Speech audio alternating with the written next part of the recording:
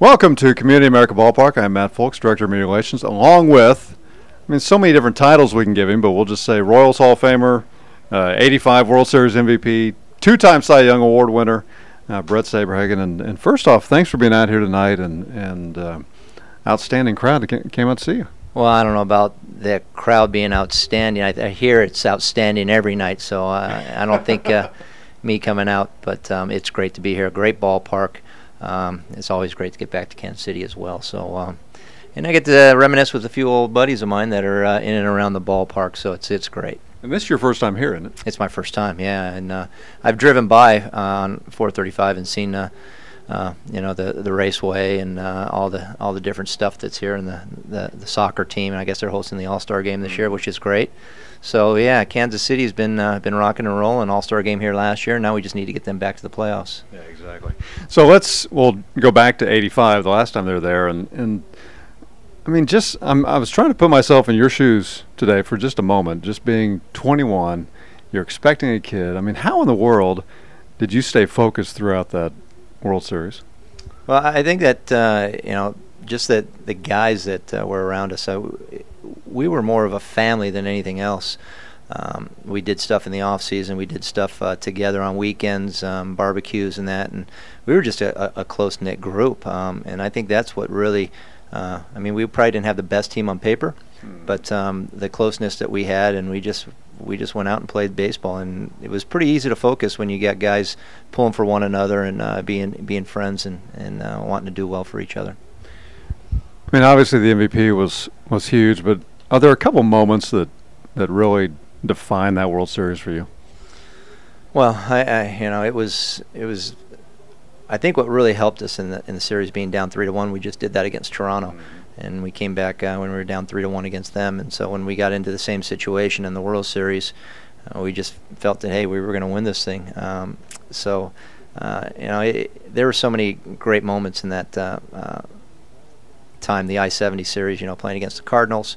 I remember my mom telling me about the train ride, the governor's train from Kansas City up to St. Louis. She got the chance to ride on that, and she said it started out all blue, and then it got kind of blue and red halfway through, and then by the time we got to St. Louis, it was all red. So it was just a very special time, and being that young, and being in the playoffs my first year in '84 and losing the Tigers, and then win the World Series the next year, it just seemed like it was going to happen, year after year. And that kind of leads me to this then. I mean, the way you pitched, the way the team was playing, did it raise expectations, you think, in '86 and beyond for you and this club? Well, yeah, and I came out in '86 spring training and ended up trying to do too much too soon, trying to live up to the expectations, the World Series, the Cy Young Award, and tried to do too much early on, and ended up having a little bit of a bum shoulder part of that year, and didn't help out the team being on the disabled list. So, that was probably my toughest year, trying to live up to the expectations. August of '91, you had the no-hitter against Chicago, and I've talked to Buzz about his and a few other guys around the league, and it seems like there's one or two plays in every game that seems to save a no-hitter. And I guess in some ways, I was reading back a couple articles today, I'd forgotten about the Kirk Gibson error in left, and that might be the thing that saved yours. Really, yeah, it was. Yeah, I mentioned it last night talking, and I always said that, hey, if Gibby were to run as hard as he did to try to beat out an infield grounder to one of the guys and try to beat it out for a base hit, if he'd have ran like he did then in the outfield for the ball, he would have caught it in his back pocket. But he made it a little bit more challenging off the glove, and yeah, it was a controversial call, but I think at that point in time in the game, you got to give that an error. So, but yeah, after that he came in yelling at me, "You better throw a no-hitter now after they give me that damn error." So, got it done. Well, and Bill Sobey, your bullpen coach, now bench coach here at the T-Bones, was telling me before the game that he said, Saves, when he left the bullpen that night, he said we said he has no-hitter type stuff. Did you feel that way?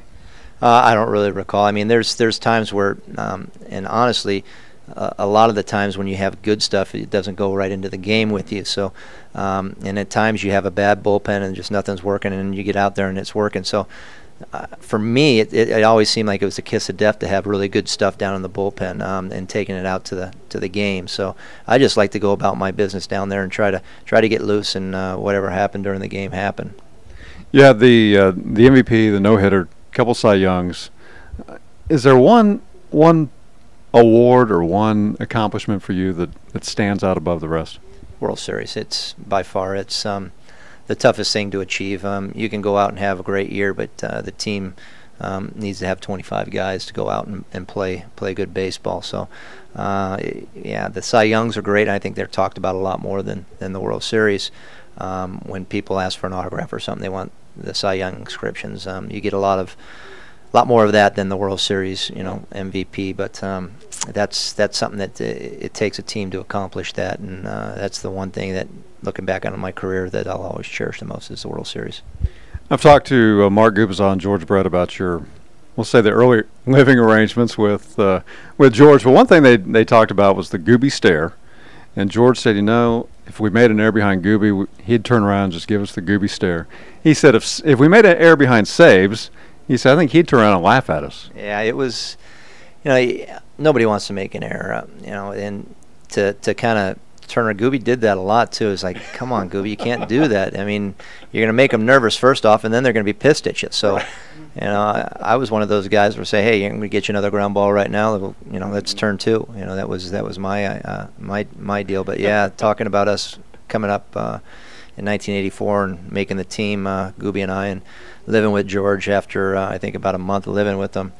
Gooby finally asked George, he says, all right, to use the telephone?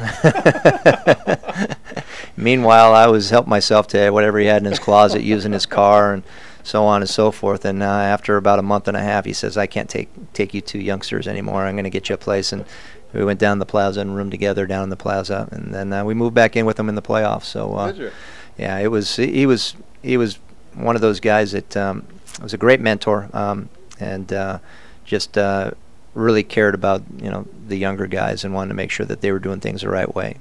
I want to name a few other guys, and if you would, just tell me whatever pops you in your head. And one here tonight, Frank White. Oh, just smooth. He's one of the prettiest guys to watch fielding the ball and turning double play. Great to have him on as a teammate. Jim Sundberg. Veteran leader. One of the best field generals, catchers that I was able to throw to. Bo Jackson. Best athlete I've ever seen. You never wanted to miss an at-bat, an inning when he was out on the field, because you never know what special was going to happen. Dick Hauser. Well, Dick was, it was very sad to see him go way too soon. But probably my favorite manager, giving me an opportunity at 19 years old, my first week in the big leagues, and trusting in me. And then Dan Quisenberry. Quiz, character, just a genuine human being. He was going through his cancer stuff, and it was probably about a month or two before he passed away, and I came in to play against the Royals when I was with the Red Sox, and he called the clubhouse to talk to me and say hello, and just a great guy. I miss him. And I've heard that he was a great jokester, and you're known as a great prankster, and especially with the hot foot. Did you have a favorite target for the hot foot? Well, Muggsy, we got Schaefer one night, and he was pretty upset because he got out on the field and it was attached to his foot and it went off on the field. He wasn't too happy about that, but I got a thing from the fire department, basically kind of reprimanded me a little bit, basically saying it's not good to see that out there, and kids might do something, and somebody might get burnt, and it wouldn't be a good thing. So I kind of put that on the, so to speak, back burner, So I didn't do too many hot foots after that. Okay, so Mo Dabrowski has told me in the past how he did his. How'd you do it? You light a cigarette up, take a book or two of matches, wrap it around the cigarette with bubble gum around the matches, so it would stick to the shoe. Light the cigarette, and as it burned, it would strike the matches and light them up, and yeah, there you go. There's your hot foot.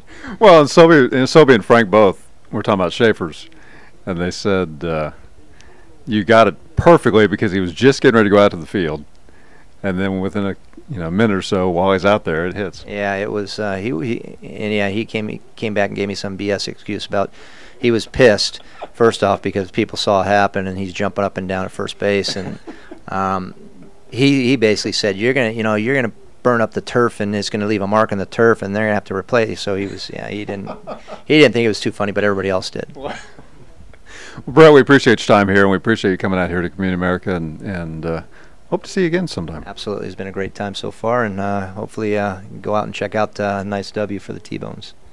He is Bret Saberhagen. I'm Matt Fulks. Thanks for watching, everyone.